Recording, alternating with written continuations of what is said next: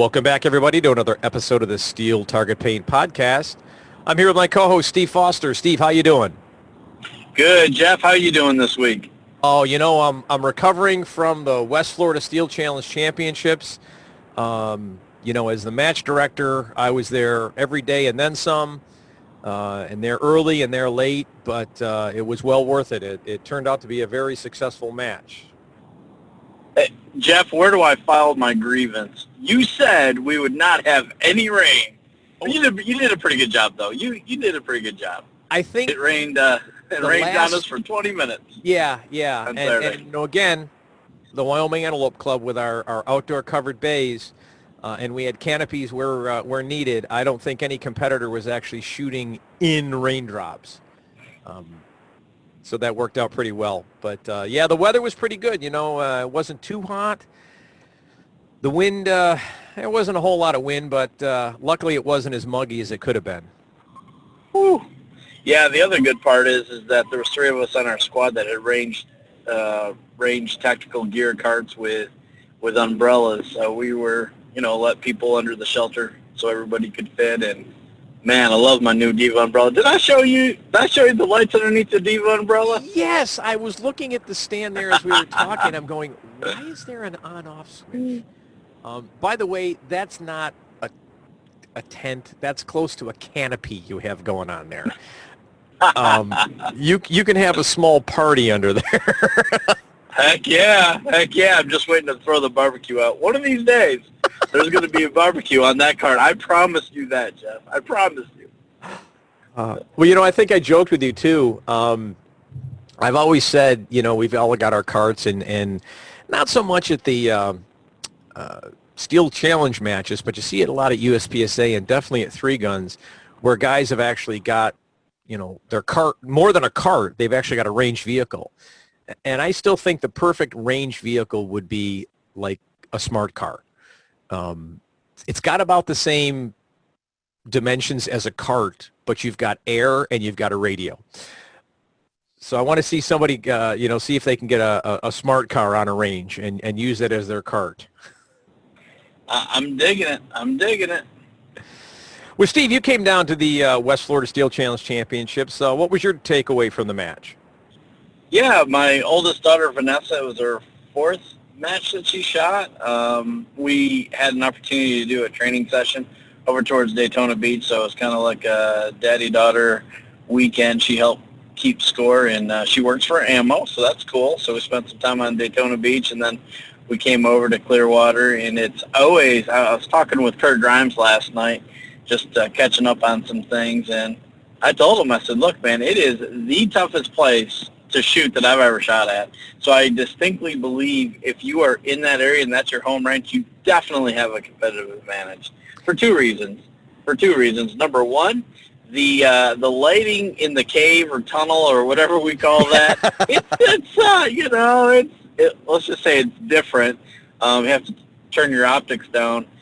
So that could be a little bit problematic, if you're not focusing a little bit extra time.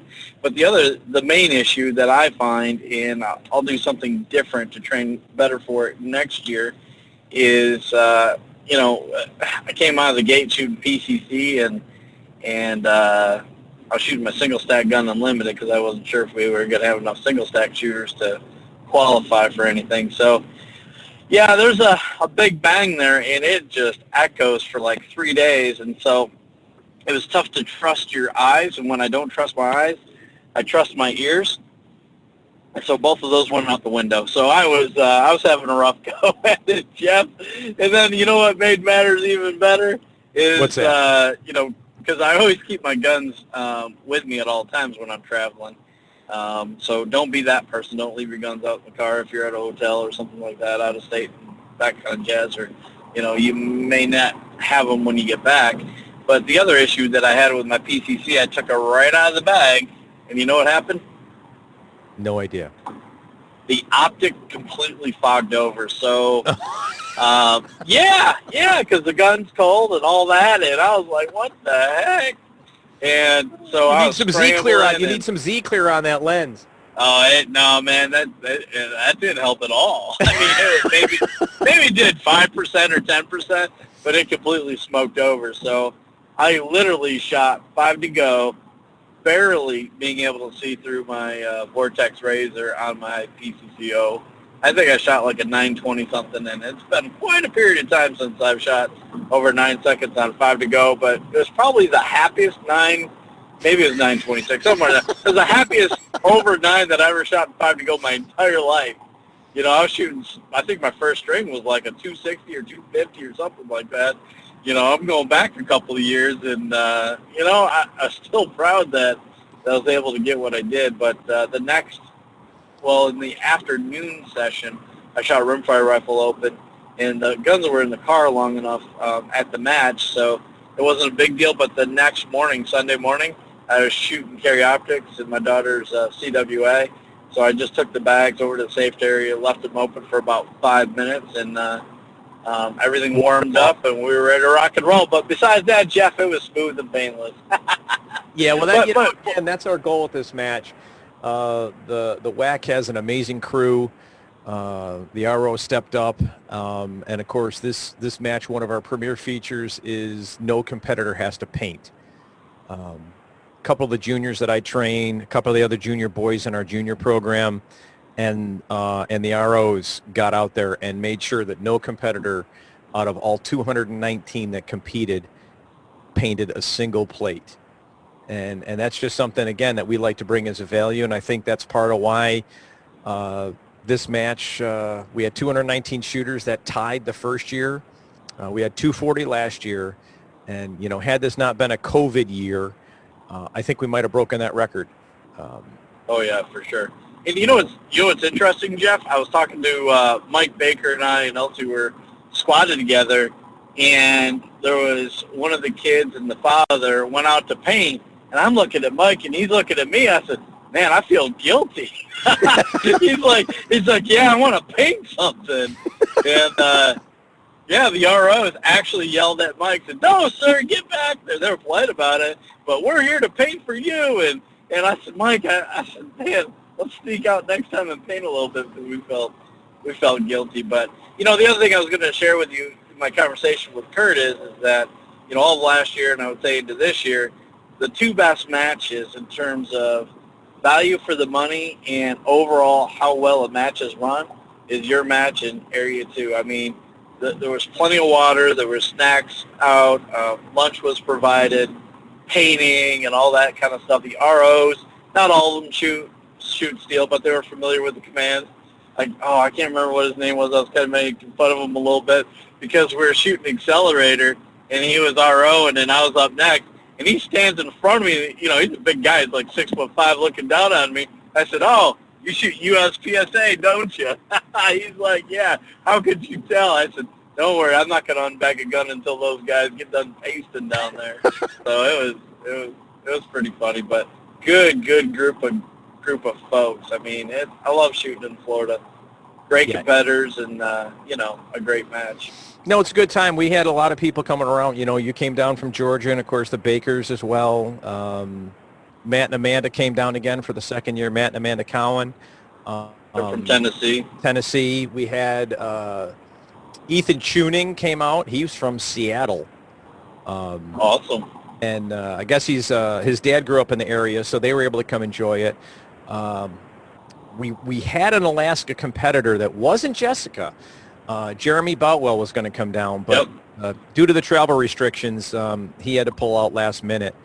But yeah, you know, we definitely pull heavy from the state, and I think most of these level 2 matches tend to pull heavy from the local area. But the fact that we're able to pull from, you know, out of state and people traveling a couple of hours and definitely having to get in a hotel room, and of course that's a nice thing about the Wyoming Club is that from the range you could be at a hotel in 5 minutes. You know. Oh yeah, ours was literally 1.3 miles away. And the other thing that I would say is that it's got some of the best dining around. We went to, what was that place? Four Rivers BBQ right outside of Tampa there. That was fantastic. And at Bascom's. The Chop House. Yeah. Oh, son, if you go there, if you can go down and visit that match, you don't stop there. something wrong with you. That place is amazing. But it's kind of a suit and tie place. They put us up in the cheap seats upstairs, and that's cool too. But I did see a picture too. I think you guys traveled over to Twisty Treat too, didn't you? oh, we did. Reagan Hearn, she's like, we're going to Twisty Treat. And I'm like, yeah, okay. And so somehow we found our way to Twisty Treat. I've never been to the big waffle cone there, but it lived up to its hype. So for everyone who knows Reagan, and Reagan, I don't know if you're listening, everybody, her new nickname is Skittles. She is no longer Reagan. You have to call her Skittles. Oh, the American Skittle bag. It was a big one too. Oh yeah, I got a handful every time I walk by. She's like, "You want some?" I'm like, yes." Do I want some or should I have some? Which one? Exactly. Exactly. But man, I squatted with her. Holy cow, Jeff. I shot with her at this match last year, and I think I saw her in Florida, but I didn't shoot with her. Then I shot with her again this year. Wow, in 12 months, holy cow. Yep. If she progresses at that same level in the next 12 months, I think I'm going to start playing golf or something. Yeah, she's on fire. Why do you think I started shooting center fire pistol? Oh, yeah. I got you. Let me check the old man box. I got you, Jeff. Well, we did something with this match fire. that I haven't seen before. I'm sure someone's done it, but I hadn't seen it, is we changed the awards around a little bit. And we went with tumblers, engraved tumblers. And part of the reason I did that was plaques are nice, and you see them on your wall when you're walking around. But now when everybody uses that tumbler, they're going to remember the match and hopefully remember the good times they had down here.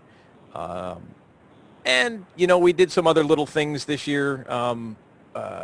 They weren't quite challenge coins, but we gave out match poker chips. So everybody got a poker chip, too, to remember the match by. So it's just little things. I think those were both excellent touches. Just to start off everything with the poker chip, I thought that was so cool. My daughter Vanessa absolutely loved it, and Mike and Elsie are coming over tonight to do a little training, and they're going to bring over my drinkware, so I appreciate that as well. Yes, we kept Elsie kept coming to pick up your awards, and I kept saying, "Is this one really going to make it to Steve?" And the Rifle Master Award is actually a thermos. And I looked at Elsie and I said, you definitely want to keep this one at home. I look forward to it. Well, yeah, well, we appreciate you and everyone else that's listening that came out to the match. And trust me, people, as Steve pointed out, we try to provide as much value for the money. At $50 a gun, food provided, snacks, more than enough water, the great ROs, great painters. We really just try to keep that a very professional match and make it fun for the competitors. So, next year when we have this match, try to put it on your calendars. I would highly recommend it. And the other thing that I would say, Jeff, that people like maybe you and I may not appreciate as much, but there is you had a mobile office there, trailer kind of thing set up. That's always there, I guess, at the range. But there was a bathroom designated just for the ladies in there, and it was 62.5 degrees in there. So my daughter appreciated it, and I heard a lot of feedback. It's always a big deal when a lady's going to a range. It's one thing to hover in a porta potty. I'm sorry, Maria, did I just out you? But that's the first question Maria asked me once you got to Area 5. Steve, do they have indoor plumbing, or is it a hover kind of thing? It took me a minute to get back in character, but yeah, it's important that ranges like that have those types of accommodations. So yeah, that's something you guys, years. Yeah, you guys hit it out of the park for sure. Well, thanks. Well, at this match, in that wonderful range cart you have, you opened up the secret drawer. The Range Tactical Gear card, man. It's got 2 drawers in it, and yeah, that is pretty cool. worked with Steve on a couple of design changes. The cart was a good recommendation, and the umbrella for the full size, I'll have to look. Mine may be an 8-footer. I think I'm going to get a 10-foot umbrella because it's got to be a tent now that you put that out there, Jeff. But there's a hole drilled, a hole drilled in the shelf all the way to the base of the cart for stability, and you can put in a little clip to make sure that the wind doesn't lift it out of the cart. So yeah, right. It's pretty cool. So, but in that drawer, you pulled me over and you went, "You want to see something?" I'm like, "Of course." It wasn't creepy, people. Trust me. And well, Matt and Amanda's like, "Yeah, come on over here." She's like, "You're like one of those guys in New York City, opening up your shit, opening your jacket." I was going to say he was not in a trench coat, but you opened up that drawer, and you had your new compensator. So why don't you tell everybody about that compensator?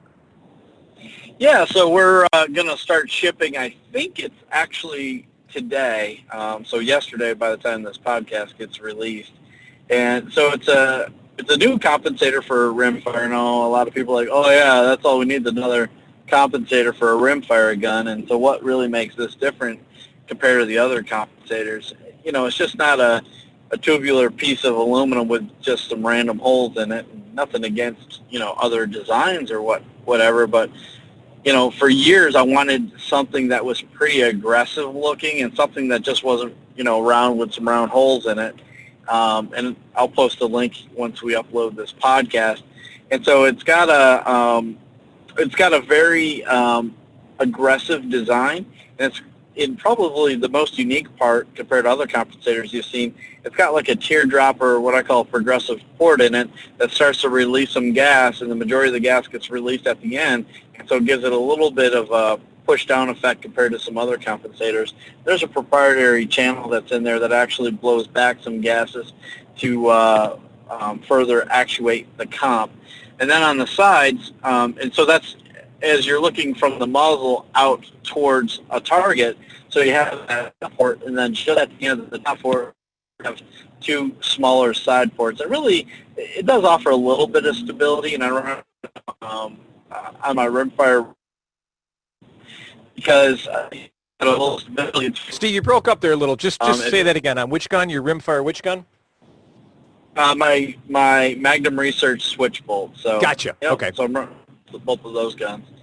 And so what happens is if you're not on an AMC timers, unlike what you did at Florida was using them all, and we appreciate that because they do a great job. But there's nothing more frustrating than being at a major match and the RO, you just had a smoke and run, and I don't know why they're all flashing back to me the last 5 that I had because I wasn't running a compensator on my rifle. Then you get a reshoot, which, your reshoot is typically never as good as the smoke and run that you just laid down. But that's, can I get an amen? Because there's a lot of people like, yeah, preach, Steve. So that's the other reason why we have holes on ports on the side of the compensator. So it's just not for looks, but we did go through and put a pretty aggressive 45 degree cuts on the compensator, so it gives it just a pretty aesthetically a nice aesthetic. And then on the very front of the comp, we have 2 additional 45 degree cuts, and again, it's for the aesthetics, but also it's functional, is it takes just a little bit more weight off the front of the gun. Anything that you do to the end of the gun, it magnifies, it just amplifies the weight because you got that moment of inertia so far out there. And so that's why it's got a little bit more aggressive cuts on the front of the gun. Right. Well, that was one thing I noticed when I picked it up was, it's definitely one of the lightest compensators I've ever held.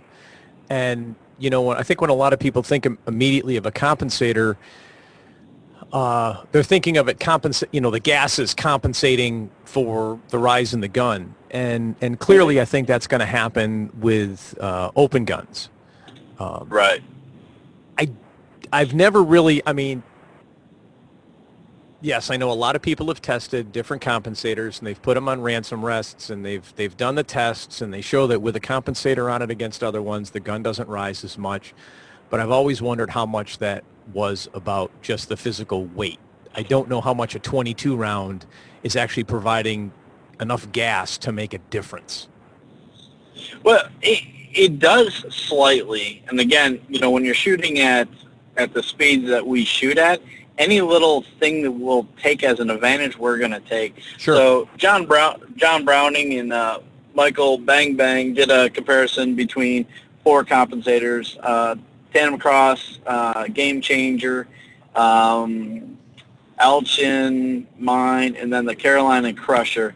And what it showed is that mine, the Alchin Comp, and as well as Carolina Crusher were all pretty similar in terms of performance. They just set it out on ransom rest, and they had a board which was great, with a grid on it. So they just left the gun there and pulled the trigger, with no force or anything like that. You can clearly see that the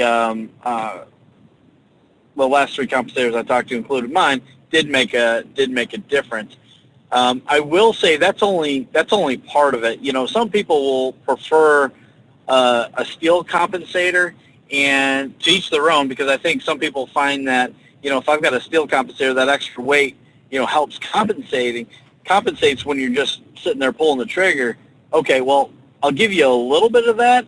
However, it's, and I'm not a world-class handgun shooter. I'm certainly can hold my own, and I've got multiple major titles, shooting rimfire, pistol opener, or pistol iron. However, I will say you want the end of the gun to be as light as possible. And it's the same thing, and I've talked about this before, when I went from a JP 16-inch steel barrel to the 5.5-inch sleeve barrel, I was faster.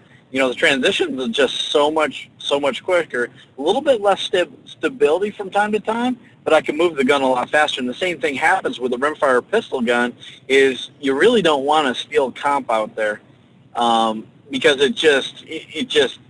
it's too much weight and it's clunky as you transition the gun. The other thing that we did from an aesthetic standpoint, but it also took off some weight, is there's about a 15-degree cut on the top and the bottom of the compensator, and then we put in a 1911 style crown just because it looks badass. I'm just saying, Jeff.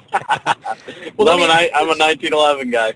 So, I mean, you've been testing this for a while, and one of the key elements of comps is cleaning. Right. So, have you got a comp that you've gotten, anywhere between 500 and 1,000 rounds through and then gone in and cleaned it, and how was that?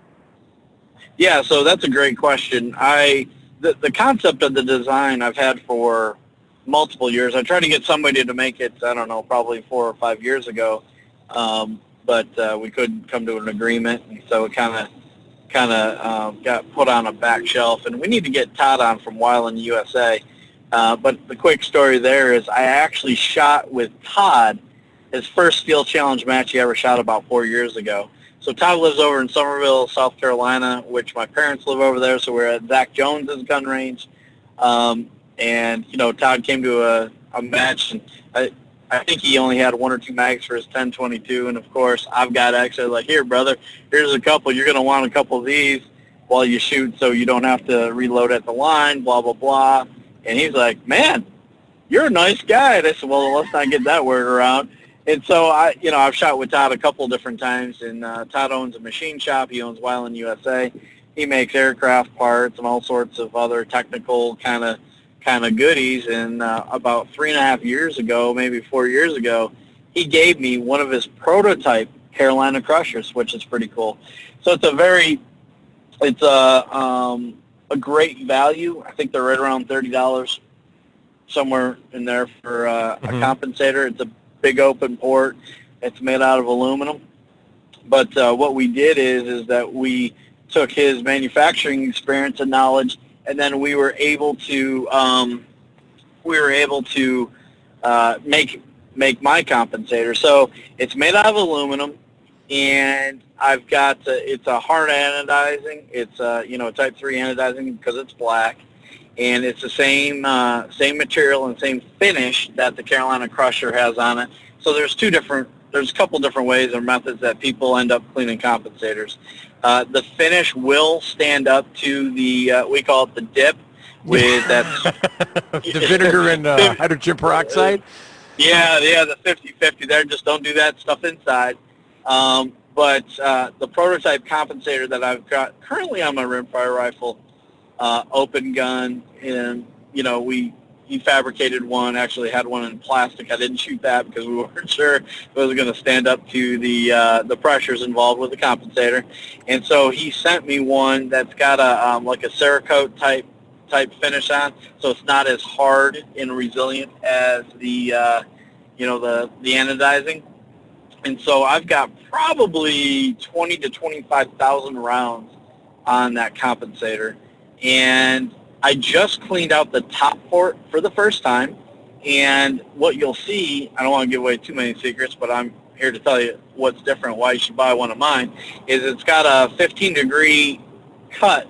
So on the top port, as you look at the top port kind of looking down, it's a 15-degree cut forward, so the gas doesn't stick against a flat wall where the top port is, and so that's why it doesn't clog up as much, which I think people will find interesting.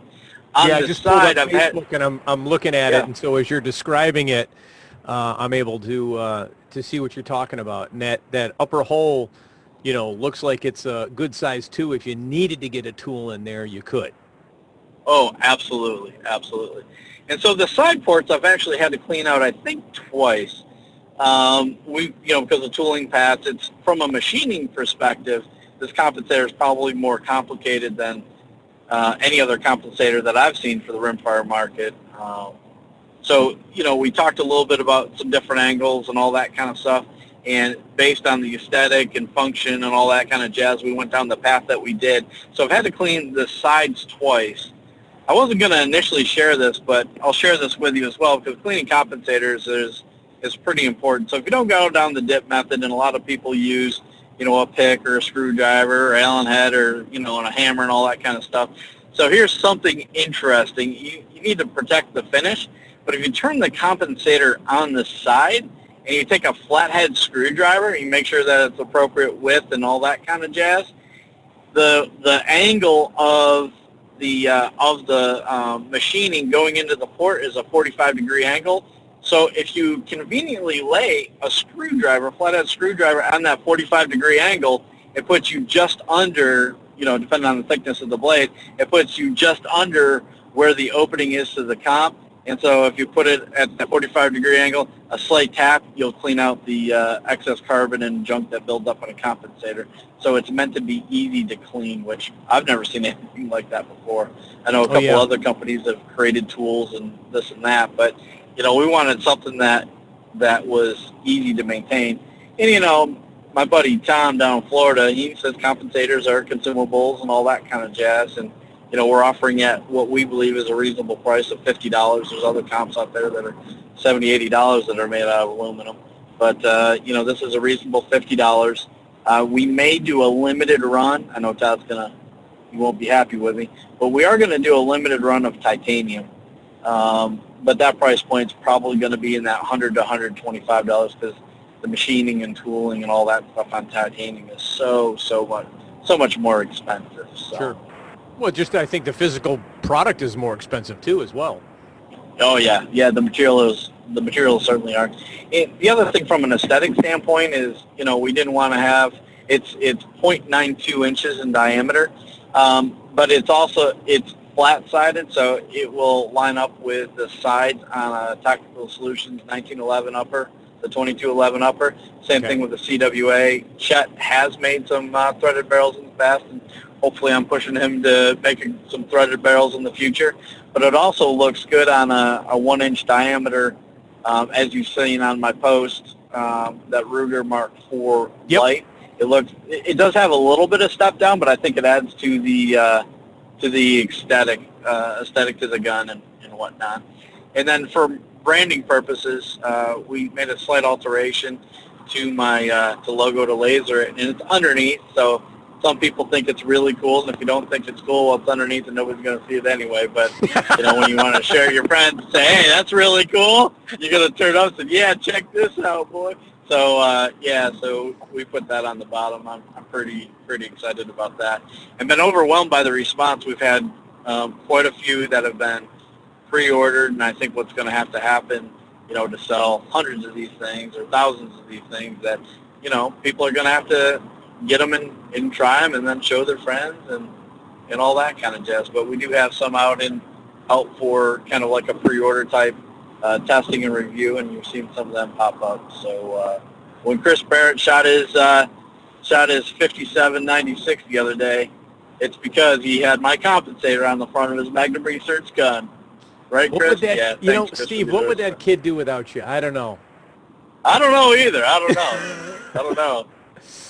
Well, I used to play a lot of poker, and one of the more famous poker players, his name is Doyle Brunson, and he wrote a book, and the book was extremely successful. It was called Super System, and it covered his style and all that, and years afterwards, he used to say, I wish I never wrote that book, because he gave away all his secrets, and that's what you've been able to help Chris along. And I have to admit, though, I trained some juniors, and there's a lot of satisfaction. This match specifically, two of my junior girls just had an amazing match. Both of them set about 4 or 5 personal bests That's awesome. at the match. And to do that at a major, under pressure, of performing. Oh, yeah. It's there's a lot of good feelings that come from that. So, anybody who's out there thinking about, helping out a junior or even anyone, trust me, there's a lot of self-satisfaction when you see that person start getting better, and you may have a little bit of part of that. Yeah, and no doubt with Chris, did I help him out? Yeah, I think I helped him out a fair amount, and I think he would tell you the same thing. However, what I will say for Chris is, and the same thing with Grant Kunkel, there may be some people out there that shoot at AMU or other places, but those two guys work extremely hard. So it's one thing to, maybe take a shortcut on learning some things, but you got to put in the work and effort to perform at the level that these guys perform. I know how much time and effort I put in to my own performance, and I've been rewarded for it. But yeah, those two guys. Would you be putting that work in at your home range, Steve? I just want to make sure. Yeah. But it's cool that I would say it's cool that you have somebody like Chris that's an accomplished shooter. He's come a long way in the last 2 years, but to be using my compensator on his rimfire rifle, and the last 2 times that he broke 60, which were the 2 fastest times he'd ever shot, were with my compensator. I'm really proud of that. Absolutely. And you know what? When I broke 60 and I shot that 58.42, hey, I was shooting my compensator. So I take a lot of pride in that as well. It's just not somebody that's coming to market with something that doesn't know anything about the sport and just trying to make a quick buck. Look at it as, and that's why you do 45 light, because the heavier barrel guns are easier to keep them a little bit flat with standard velocity ammunition.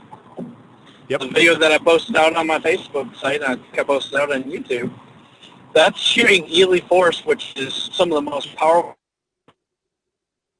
ammunition out there. It's a 42 grain bullet, which is heavier than most, and then it's going 1,235 feet per second, and the gun's staying completely flat. And so that, to me, is rewarding and successful. If you take a heavy gun that weighs, 3 pounds, and you put somebody's flat, but it weighs like a boat anchor, yeah, it should stay kind of flat. But to do that with a 22-45 light, and I've certainly done it with a Victory and a Buckmark and other guns, it does make a difference, and the gun transitions so smooth. And I was talking with Kelly this weekend. She's like, "You don't even notice it's out there, do you?" I said, "Absolutely not, because you don't want that clunky feeling when you transition the gun to be in the back of your head because of a piece of equipment." Well, $50, great design. Tell everybody where they're going to be able to find these. Yeah, you can go out to WildlandUSA.com and look up Steve Foster, or what we call the compensators, the Falcon, and it's out there to be ordered. Awesome. Well, Steve, this has been a quickie. I think we're going to cut it off here. It's been great talking with you, and I hope everybody enjoys this one. Get a chance to get out there to Wyland, USA, take a check on that compensator. I tried to scarf the prototype that Steve had, and he wouldn't have it, so I'm going to have to buy my own. Yeah, you weren't the only one. I was like, no, hands up, give that back. Give that back. But the other cool part, though, is, Jeff, as we transition out of this conversation, is there's a lot of major matches coming up. You got Michigan coming in a couple weeks. I don't know if I'm going to go or not. My daughter wants to go, but it's like 852 miles, and it's about 20, 30 minutes where I used to live, so it'd be cool to go back there. Then you got Tennessee coming up. You got Alabama State. You've got World Speed Shoot. So hopefully everything is back and open and somewhat close to normal for now, and we can get on with the rest of the shooting season. Unfortunately, Absolutely. They had to cancel. They canceled Area 2, but I was looking forward to going out to California, see Maria, and then Kurt happens to be there. You tell him I said that, but they always run a great match out there. So hopefully we can get back out there in the spring.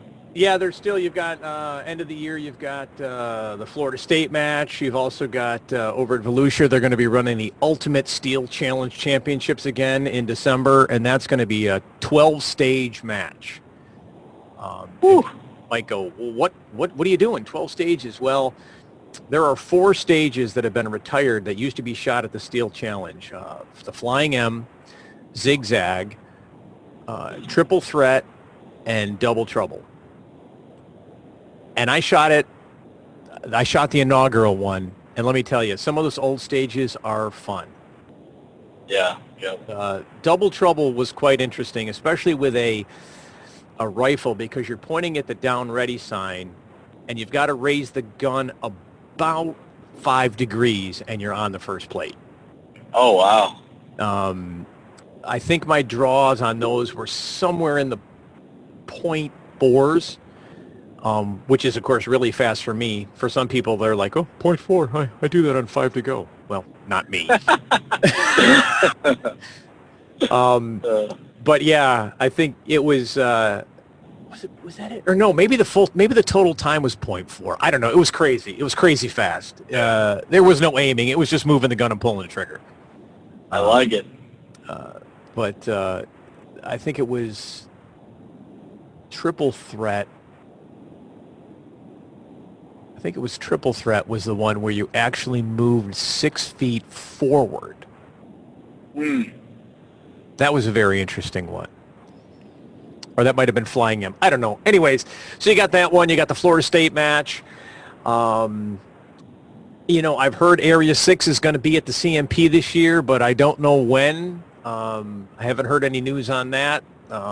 Hopefully that one's going to come up, and it'll be another big match. So yeah, hopefully we'll get back to normal and start seeing everybody at matches again. Yeah, there's the Mississippi match. I think I'm not sure if they're going to shoot the Great Plains match. I think they are out there by Kansas. And let's not forget about these are all Steel Challenge matches we're talking about, but there's got to be some. Oh yeah. Rimfire Worlds is coming up not too soon, right? Yeah. That's in. That's going to be in back in Arkansas, right? At the is it? Yeah, that's at Old Fort. That's the plan. I'm not getting the warm and fuzzy yet. We'll see, because I haven't. Last year, registration may have opened on July 1st, as I recall it, but hey, that was a long time ago. I talked to Paul Dandini this weekend, and he's optimistic. But there's, it's just the mask thing and the gathering stuff, and not sure how all that stuff's going to play in this pandemic and that kind of thing. So I think they're talking about it every single day or every single week, seeing when they can make something happen. Hopefully they make something happen this year. It was a lot of fun last year. The other thing before we go, Jeff, that I want to share, and I had a conversation with a match director this past weekend. The best deal out there right now for steel target paint is to get on the auto reorder program, the auto delivery. It's 5% off paint, and it's free shipping. And what a lot of people don't realize is the cost of shipping with that type of product. It's a hazmat paint. It can be pretty darn expensive. So the free shipping and the 5% off is a great deal. You can start it and stop it whenever you want. Well, I'm glad you mentioned that, Steve, because, we use that at the WAC. We have our monthly match, and we have 4 cases delivered, and we've been on that program for 6 months now and have it's yet to miss a beat, which is expected because that's what Range Store does. They stay on top of that stuff. I get my email about 3 days before it's going to ship, say it's going to ship soon, and it gets here. No problem. And so we've always got, extra paint for the matches. So yeah, I would highly recommend it to. The nice thing about that, when you get a big match order, it's kind of tough to. We had 20 cases delivered to the West Florida. It's kind of tough to have that delivered to your house. It costs a little much. The nice thing about the auto reorder program is they'll drop it right off your house. U.S. mail, I think it comes, maybe UPS, no problem. Which is nice too. You don't have to deliver it to a range. It can come right to your home. Yep. All right, Jeff. Well, thanks again for the great match this past weekend. You're welcome. Thanks for coming down. We appreciate you and all the shooters that joined us. And I hope to see y'all soon at a range. Steve, you be good. And don't forget, one shot, one steel.